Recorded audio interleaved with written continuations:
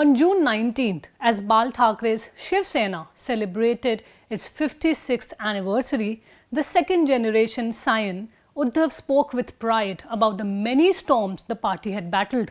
Just a week later, it is clear a new storm, unlike what the party had ever seen, was cooking in the party even as Uddhav was speaking. The scale of what hit Uddhav can be gauged from the fact that Shiv Sena leader Ravindra Phatak, who was believed to be a close associate of the Chief Minister and was flown to Surat as an emissary where rebel MLAs were initially camping, has since switched sides to join the faction led by Eknath Shinde, a Sainik who says Sena's association with the Mahavikas Aghadi must come to an end. From being infamous for their violent vigilantism to beating up migrants on the pretext that they were taking away jobs meant for Marathi people and earning the anti-migrants tag, to protesting entry of Pakistani artists, to embarking on book-burning exercise and rounding up youngsters on Valentine's Day, to identifying itself with the cause of the RA forests, to now questioning its core identity as a Hindutva or soft Hindutva party, the Shiv Sena stands at a defining crossroad today. While Uddhav is right about the party having braved many storms, it is the first he is facing in his capacity as the Sena chief. When Chhagan Bhujbal quit the party in 2005, when Narayan Rane decided to quit the party, and a few months later, the same year, when cousin Raj Thackeray quit, firebrand Bal Thackeray was at the helm of affairs. None of those three challenges threatened a vertical split for the Sena at that time, a possibility that cannot be ruled out under the current circumstances. Formed in 1966 in Mumbai, the party cadres were mobilized around espousing the cause of the sons of the soil, Marathi Manus, but later went on to identify itself as the flag bearer of Hindutva nationalism. It went on burning theatres and restaurants, smashing buses and taxis, attacking people at whim over anything that even carried a whiff of the party's version of anti-Indianness. Ironically, it is compromise on Hindutva that has been propped up as the ostensible cause for the current rebellion led by Shinde. Shiv Sena has been raked over the coals on the question of Hindutva ever since it formed an alliance with the Nationalist Congress Party and the Congress in 2019, committing itself to what can be called secularism as part of the common minimum program of the MVA. While sources say that Shinde felt sidelined with Uddhav's son Aditya Thackeray attending meetings of urban development and public works department despite the portfolios belonging to the Thane strongmen, in all explanations so far about the rebellion, Shinde has harped on the party's alleged compromise on the Hindutva ideology, claiming to be a true Sainik and a follower of Bal Saheb Thackeray.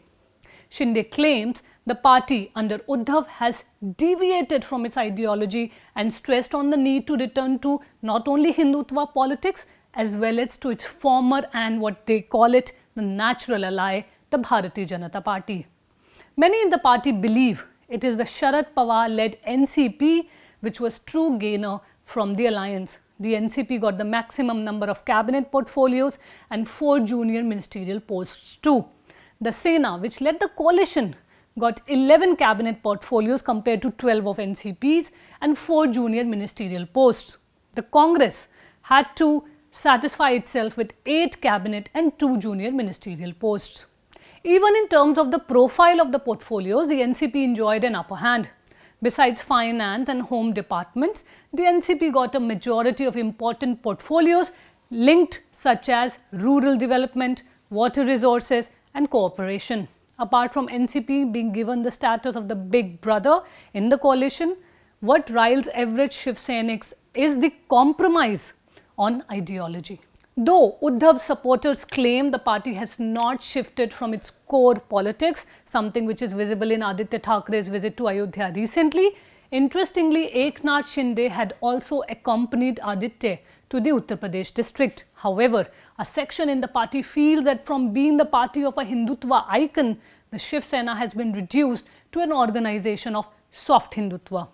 That perhaps is the reason why Uddhav Thackeray's emotional appeal to fellow Sainiks, in which he apologized for not being able to dedicate enough time to meeting them, due to prolonged illness, spoke about his resignation and vacating Varsha, the Chief Minister's official residence in Mumbai, generated only a lukewarm response from the party ranks. In the evening, even as Sainiks braved Mumbai rains to give a solemn send-off to Uddhav as he moved from Varsha to Matoshri with wife Rashmi and sons Aditya and Tejas, it was nothing compared to the response from party cadres in 1991 when, angered by Bhujbal's rebellion, they had attacked his house.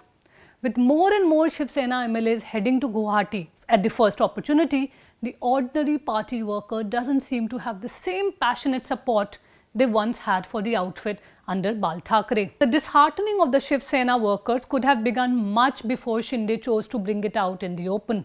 After years of being the big brother to the Bharatiya Janata Party in the alliance between the two parties in Maharashtra, the 2019 assembly elections diminished the party's political stature vis-a-vis its partner BJP, with Uddhav still deciding to break ranks with the old ally BJP to fulfill what he called a promise he made to his father of having a Shiv Sainik as the Western state's chief minister.